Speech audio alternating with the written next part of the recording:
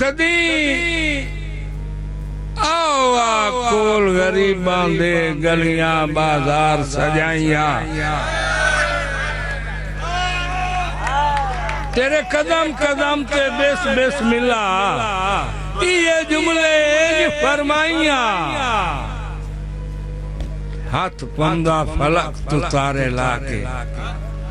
تیرے بان دی جا چمکائیاں تیرے بان تو بعد وسیب نو صدقے میں ظفر طواف کرائیاں جی میں ظفر طواف کرائیاں میں آپ جناب دی آمد تے بازار سجائیں میرا حق بندا صحیح میں آپ جناب دی آمد تے بازار سجائیں میرا حق بندا ہے کائنات تو بکھریاں کئی باری تیرے جشن منائیں میرا حق تیرے جشن منائیں میرا حق بندا ہے تیج تو بکھریاں ظفر دی نہیں نبدی وہ تینو کول بہائیں میرا حق بندا ہے اتو کھول کے ٹوٹی ہنجوان دی تیرے پیر دعائی میرا حق جی اتو کھول کے ٹوٹی ہنجوان دی تیرے پیر دعائی میرا حق بندا ہے سائیں میرا تو بابے دا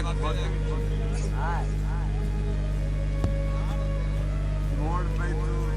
ایویں گلاں نہ سنیا صحیح گل کیا بابا بندہ ایک سائیں مرن لگیا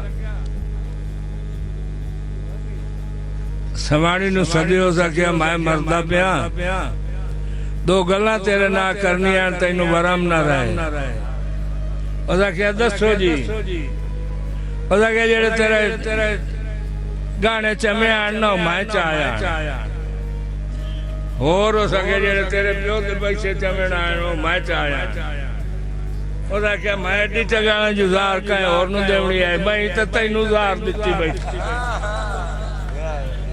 وہ نوائی بے انو یہ برام نہ رہے میں کی میں مویا اوزا کیا میں تا تینو زار دیتی بیٹھی گالے سائیں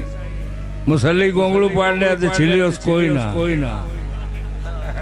جی میں پٹیو تو میں چاک مارن ہو گیا کہاں کیا نو چھلیں تا ہوسا کیا موڑ کے ڈبیچو زردہ نکلنا یہ تو وہ گونگلو گالتنا باو جی رائی میری بیادری کوئی نہیں بابا پہ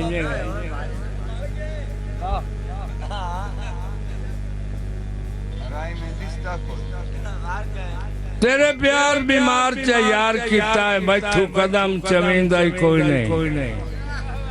جلی پایا تیر بچھوڑے دے پھٹ جگر دے سیندہ ہی کوئی نہیں تے جیڑا جان سیان کے نہیں پوچھدا